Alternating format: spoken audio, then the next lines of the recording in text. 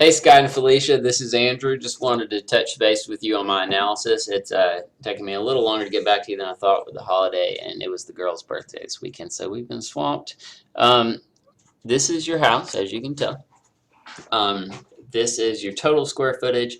What I did is I took the basement square footage out of that. You could, if you really wanted to spend some money down there, you could probably get some value, but it would probably be about 30 to 40% of the value of the upstairs.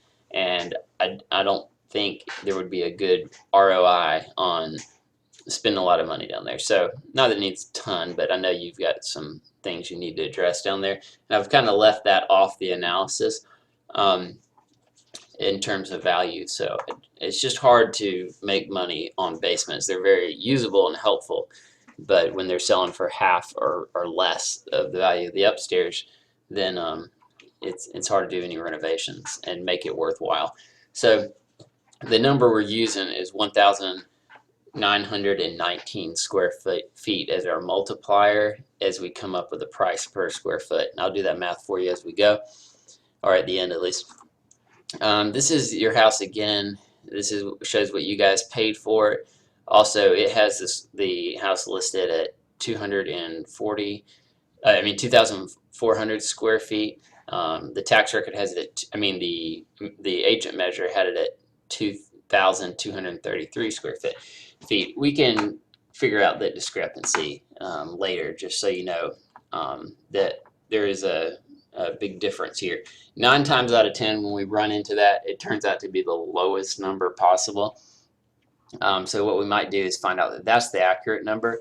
Most likely, this square footage is way too high, but 2,400 square feet. Yeah, my guess is that they are also counting the unfinished space downstairs, like the footprint of the house. So won't worry about that too much. We can do a measure later, but my guess is that that's what it is. So won't affect everything too much if it is basement square footage that's off, again, because basements don't sell for much. So looking at the comparable sales, I went back further than I really should have because we don't have a lot of movement in Old Hickory on the nicer historic homes in the community. The appraisers won't be able to go back this far. I went back over a year, but it gives you a good idea. You also see that if you didn't have the addition, like the build out and the basement, mostly the build out, your house would have been a lot smaller. So you can tell that this was probably closer to the original footprint, and everything that we're comparing against is smaller. What that means is that the larger houses are going to sell for less per square foot. So once I put you in this range, keep in mind you're lucky to get close to what the smaller houses will sell for. The reason why is cost of building just gets less as the house gets bigger because you have a similar amount of surface area, and that's where most of your money is spent. So just want to point that out. These are a little bit of a stretch to be comparables, but the appraisers can use them. They'll just have to make adjustments, and they will do inversion. In other words, say your house is going to be worth, say, 10% less because these our comparable sales are much smaller. As I scroll over these, I can do. You'll see the house. This house sold for 123 a square foot, 115 a square foot, and 98 a square foot. Now we get into these other ones, but they become a different type of house. I'm throwing them in there, but and I like this one because it's on Hadley. Overton is really close to the river and a really good street, so that's going to be a tough sell to get the 123 because you're not on the busy road. And Hadley, as you know, is kind of the demarcation of where it gets a little sketchier after Hadley if you're working your way away from the river. So I have these in here. Appraisers may look at them, but it doesn't mean much to me in terms of the same person who's going to buy this house on Jones Street is not going to buy the house on Overton. Just different type of house. So I'm going to flip through those real quickly. This is the first one, our lowest comparable sale. Square footage wise, again, this is a 1960s build, early 60s, actually 1959. Another 1955 build. So these are comparable square footage wise. Now we're getting into the houses that are like yours. This is the one that sold for 98 a square foot on Overton. So and it's smaller. So we're stretching right now to get this, but we're going to focus on the reality of what we know. is sold for. And I want to flip through the photos. This is what you're up against. This one also has some basement square footage, and that's partly where the lower number came from. But you can just see they've done a good job here, clearly. It's a cute little house. The decorating's great. Give you an idea of some of the things that you need to pay attention to as you're getting your house ready to market. This is our next one. This one's the one that sold for $115 a square foot, again on Overton. Pretty sharp little house. Now, I still think that some of the things that you have in your house are going to translate better on the market, like the big kitchen. Oh, this is awesome. Great master suite. Of course, they're a musician. How could they not be? Let's see. So you can see that's a cute little house. They do have an updated kitchen, but not the open kitchen like you guys have. And it looks like the cabinets are okay. They're not really nice, but going on to the next one. This is the one that got 123 a square foot. You can see this is something else. Just a really amazing house. Got to be careful and getting too excited about these as comps, because there would be no way financially to invest in your house and make this make sense. It would be better to sell your house as it is, because some of these renovations, like even just that door and the kitchen, would cost way too much. I mean, your kitchen's nice. Your kitchen's nice as it is, but we don't want to try to take it to that level. So then what we're going to do is we started off in reality, meaning what we can prove has sold and approximately what it sold for. Now we're going to talk about the active market, and this is just what's on the market. If you're a buyer, you know, what can people shop for? I'm not going outside the villages at all. This is not going to be a value buy at all. The person who's going to want to live there is not going to be trying to get the most square footage for the money. They're going to want to live in the villages. And here is, if they wanted to live in the villages, here is what would be available to them.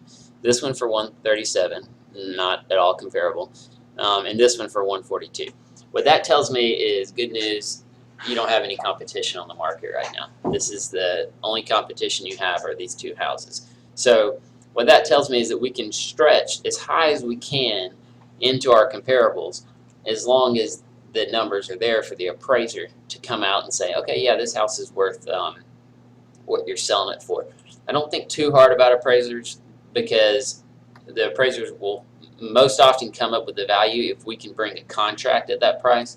But I have run into 4 appraisal issues just this year, so it's getting a little tough out there. And finally, we'll start with my market analysis, where I break all this down. And this is what I talked about reality. Reality says we're approximately between 100 and 123 a foot. The 123 a foot, both, the one is on Overton, the other one is 115 a foot, which is right smack in the middle, or real close to the middle, is also on Overton. Better part of the community. And then the other one at $100 a square foot is probably our best comparable. It's actually 98 something a square foot. It's probably our best comparable sale, and you know, that's what we know we can get. If we translate that into the square footage of your home, again, I'm leaving out the basement. I don't think it's adding a lot of value here. You know, it's a selling feature.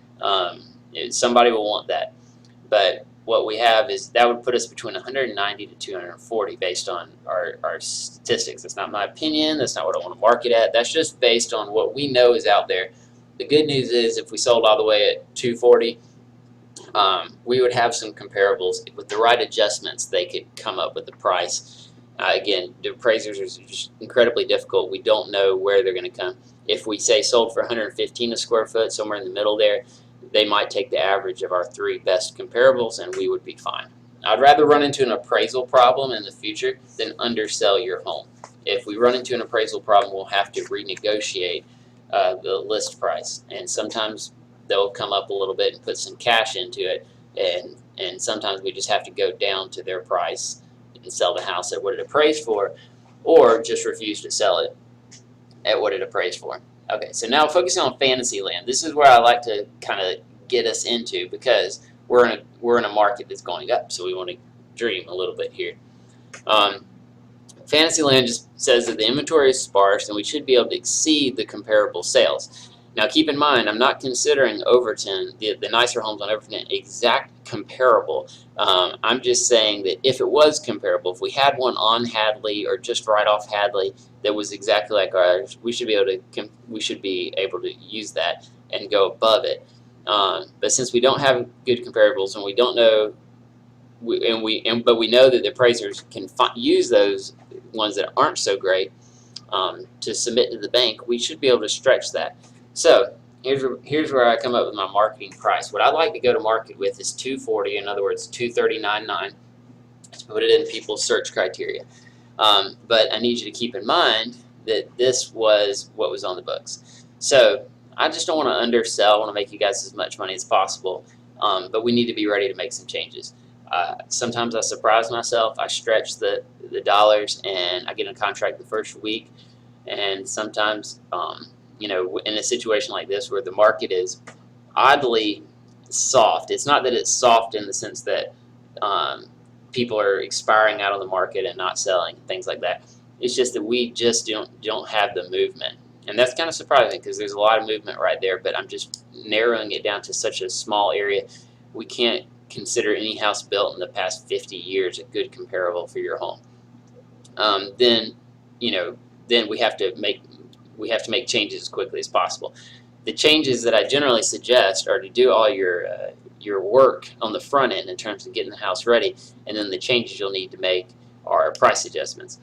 Now, if you're open to making changes as we go, we can do that as well. So in other words, we get some seller objections. They say, hey, really want this to be replaced. This needs to be replaced. We would have been interested if the house had been painted out or had better landscaping, things like that. We can do that, but we've already lost a segment of the population who's already driven by the house or seen the photos, and they've already decided for one reason or another it's not the house for them. It's hard then to go make the improvements and change their mind. So that's where I'd want to go to market. That should have you guys walking away with a lot of money and able to put some money down. I do have a list for you guys of improvements that I'd like to see, and all this is based on you doing this. They're not bad. They're just things that you guys are already aware of for the most part. So I'll get that email out to you real quickly, and you can start hacking away at it. In the meantime, if you want to go see some land or some stuff, we can do it. It's hard to get people to take a sale of home contingency, but I enjoy hanging out with you guys, and it doesn't bother me at all to go ahead and do a few showings, see if we can find something. Sometimes when you find something like that, it kind of motivates you as well to go ahead and make the changes you need to make in order to get that property. But if it's land, raw land, we may be able to get a sale of home contingency. If you need a place to live on, most people are waiting to make sure you're ready to close before they'll accept something. So Scott and I talked about that. You may need to have a plan B of where you're going to live, maybe rent a place for a little while. I still have my place over there, and if not that one, maybe another place that could pop up for you guys to live in for a little while. Hope this helps, and I will get you your punch list ASAP. Thanks.